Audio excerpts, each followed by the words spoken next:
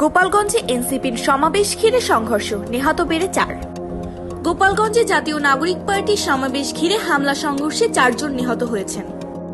নিহতরা হলেন শহরের উদয়ন রোডের সন্তোষ সাহার ছেলে দীপ্ত সাহা, কোটালীপাড়ার হরিণাহাটি গ্রামের কামরুল কাজীর ছেলে রমজান কাজী, শহরের সানারপাড়ার সোহেল রানা এবং সদর উপজেলার ভেড়ার বাজার এলাকার ইমন।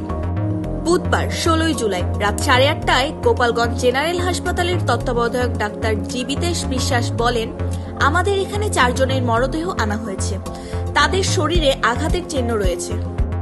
ওই সংঘর্ষের ঘটনায় আহত অনেকে চিকিৎসা নিলেও তাদের সঠিক সংখ্যা এখনো জানা যায়নি। জীবিতেশ বিশ্বাস আরো বলেন, আরো 9 জনকে গুলিবিদ্ধ অবস্থায় হাসপাতালে আনা হয়েছে, তাদের অস্ত্রোপচার চলছে। নিহতের সত্যতা নিশ্চিত হতে গোপালগঞ্জের জেলা প্রশাসক মোহাম্মদ কামরুজ্জামান ও পুলিশ সুপার মোহাম্মদ মিজানুর রহমানকে কল দিলে তারা ধরেননি। এদিকে জাতীয় নাগরিক পার্টির সমাবেশকে কেন্দ্র করে ব্যাপক সংঘর্ষ ও পাল্টা হামলার ঘটনার পর পরিস্থিতি নিয়ন্ত্রণে আনতে গোপালগঞ্জে কারফিউ জারি করেছে সরকার। বুধবার 16 জুলাই সন্ধ্যায় প্রেস উইংয়ের পাঠানো বার্তায় একথা জানানো হয়। বার্তায় বলা হয়, আজ বুধবার রাত 8টা থেকে পরবর্তী দিন বৃহস্পতিবার সন্ধ্যা 6টা পর্যন্ত কারফিউ জারি করা হয়েছে।